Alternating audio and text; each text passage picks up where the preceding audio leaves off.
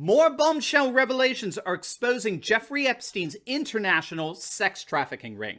In this video, we're going to take a look at the latest revelations coming out of the U.S. Virgin Islands investigation, how those revelations are shedding further light on just how far Epstein's influence extended throughout the inner circles of our globalist elite, and how the latest revelations suggest that in many ways, the bombshells are just beginning. You are not going to want to miss this. Welcome everyone, Dr. Steve here with you, ready to bring you our daily episode celebrating the inevitable collapse of a left-wing globalism and the unstoppable rise of a new conservative age. So if you haven't already done so, you know what to do.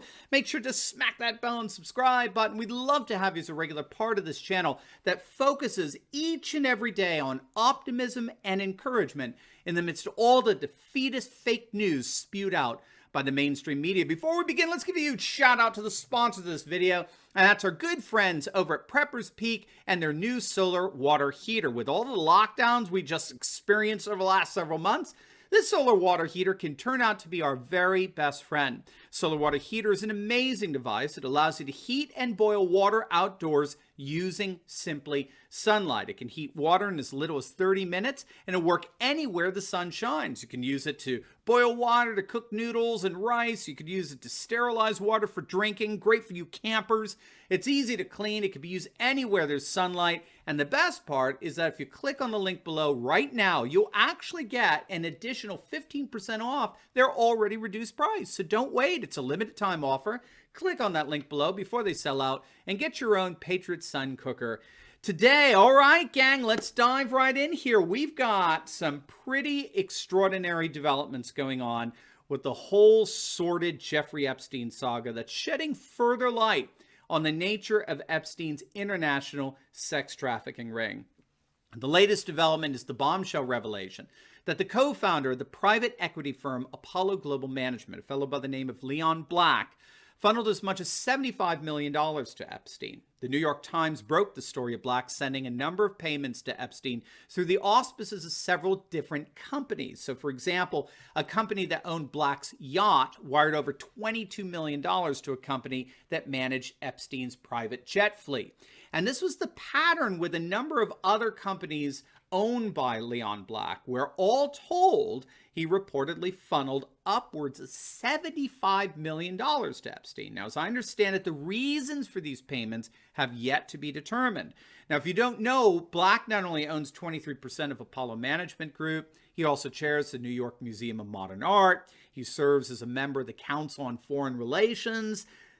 So obviously this is another major globalist bigwig that's been caught up in this whole sordid Epstein inner circle.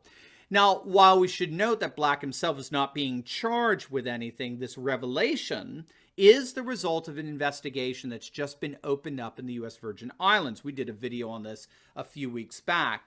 The New York Post reported on the top prosecutor in the U.S. Virgin Islands seeking more than 20 years of flight logs from Epstein's fleet of planes and helicopters, including his infamous private jet, the Lolita Express, a move that is reportedly stirring up panic among many of the rich and famous. Attorney General Denise George has sued the convicted pedophile's estate, in turn subpoenaing logs for each of his 4 helicopters, his 3 planes, going all the way back to 1998, all the way up to, shall we say, his rather untimely and convenient death in prison. The Attorney General is also seeking to collect any reports or complaints of what she calls, quote, potentially suspicious conduct reported by the pilots, as well as contact information for all those who, quote, interacted with or observed Epstein or any passengers connected to him. So obviously this is promising to be a very thorough and rather exhaustive investigation to Epstein's inner circle. And we could already see how it's outing, as it were, more associates of Epstein's that have up until this point flown under the radar screen. At the heart of the suit filed by the Virgin Islands Attorney General are 22 counts, you heard that right, 22 counts of aggravated rape, child abuse, human trafficking, forced labor, and prostitution. Now, this inquiry is connected as well with Galen Maxwell, who of course is currently being held in a New York prison. She's reported to have piloted a number of the helicopters which brought young women to Epstein's private island. Moreover, the Post is also reporting that Prince Andrew is actually starting to feel the heat of an FBI investigation, and even former President Bill Clinton is getting newly scrutinized after bombshell photos surfaced revealing Clinton getting a back massage from one of Jeffrey Epstein's victims, who testified that Clinton was indeed on Epstein's notorious island. Now, as all of this is going on, new revelations have surfaced about a number of suspicious financial transactions that Epstein engaged in just before his arrest. He withdrew $800,000 in cash just before he was arrested. He transferred millions of dollars to his victims and pilots of his fleet of airplanes, and he actually bought a $3 million house for his lawyer's wife. Now, these are just really the tip of the iceberg of bizarre and suspicious financial transactions by Epstein that are currently under investigation by the Virgin Islands chief deputy attorney. And these suspicious transactions and money wires, they're actually landing Deutsche Bank into a lot of hot water. Now, if you don't know, Epstein reportedly used Deutsche Bank for a number of these transfers. And so the bank it's currently being taken to court. It's being accused of failing to disclose to their investors that they had not taken appropriate protective measures with former high-risk clients like Jeffrey Epstein. And as if this whole thing couldn't get more lurid or intriguing, you might remember that horrible shooting where a gunman posing as a FedEx driver shot the husband and son of a federal judge who just days prior was assigned to a case with links to Epstein. Do you remember that? The son ended up dying from his gunshot wounds. That judge, Esther Salas, had just been assigned to a case involving Deutsche Bank and its relationship to Epstein. So it's a very bizarre incident, to say the least, but there's more. And this involves bombshell revelations about the Manhattan U.S. Attorney's Office. But first, I want to personally invite you to our special On the Brink Benefit Conference. It's an online conference featuring me and some guest speakers on Saturday, October 31st. The virtual conference is going to help everyone think better and therefore feel better about the November 3rd election and even beyond. We'll discover what's really behind the rise of a new conservative age, how nationalism and globalism will continue to face off against each other beyond November, and while nationalist populism is absolutely unstoppable in its battle with left-wing liberal globalism. And to make it even better, proceeds are going to benefit Blessings of Hope Food Bank in Lancaster, Pennsylvania, which was highlighted by Ivanka Trump in our latest initiative to connect low-income families with America's food suppliers. And for a limited time, we've got a special early bird registration discount. So do not wait. Make sure to register today for the On the Brink Benefit Conference, and I look forward to meeting you virtually in just a couple of weeks.